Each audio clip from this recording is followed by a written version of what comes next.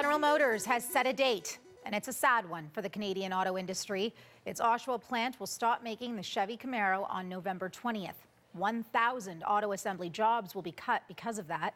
Jeannie Lee is here with more details. So this news has been in the works for some time. Right. It was about 2.5 years ago that you and I were talking about this, that GM was announcing that it would stop making the Chevy Camaro in Oshawa sometime in late 2015. And today we have a date, November 20th. And it will mean 1,000 jobs lost as a result. And this is at the plant that has proudly been calling itself home of the Camaro, really since 2009, when it first got the assignment to make the storied muscle car. And the first Camaro rolled off the line the year after. Since then, more than 500,000 Camaros have been built in Oshawa, and now GM has set that date for the very last one. So the 1,000 jobs lost will be phased out through the next year, so that by December, there will be 2,600 hourly wage employees at GM Oshawa, down from 3,600 now. And GM is offering some early retirement packages in order to get people to leave so that there are fewer actual layoffs. And wasn't GM supposed to keep a certain level of production as a condition of their bailout? Definitely, since in 2009, when the bailout offer was made from Ottawa and Ontario, GM promised to keep 16% of its auto production, its North American auto production, here in Canada. But that was only until 2016, which is next year. So you see that that time is running out.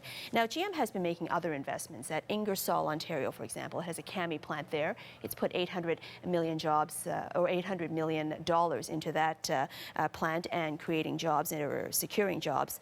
But what was making this news today even more painful, Rashmi, was that GM was holding a splashy event to announce that it was going to invest $5.4 billion at its American plants over the next 3 years. And that had the head of the union representing auto workers here in Canada questioning whether Ottawa and Ontario should have maybe not sold off their shares in GM so soon. And this is what Jerry Diaz had to say. The selling of the shares certainly took away bargaining power. Shareholders have rights, and they just gave it away. Before they sold any of the shares, they should have solidified GM's footprint in Canada. Now, Finance Minister Joe Oliver was one of many federal politicians asked about this today, and here's what he had to say to that. Have a listen. Well, we didn't have a bargaining chip at the time. Every single government that owned the shares sold them.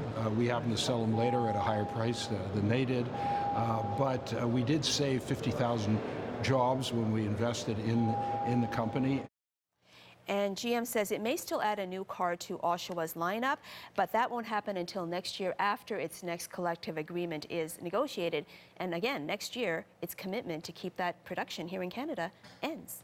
All right, let's take a look at the markets today. Well, we see quite a sell-off taking hold. The TSX Composite was down just a handful of points, but through the day, this loss has escalated to 135. Same story for the Dow Jones Index, down 212 now.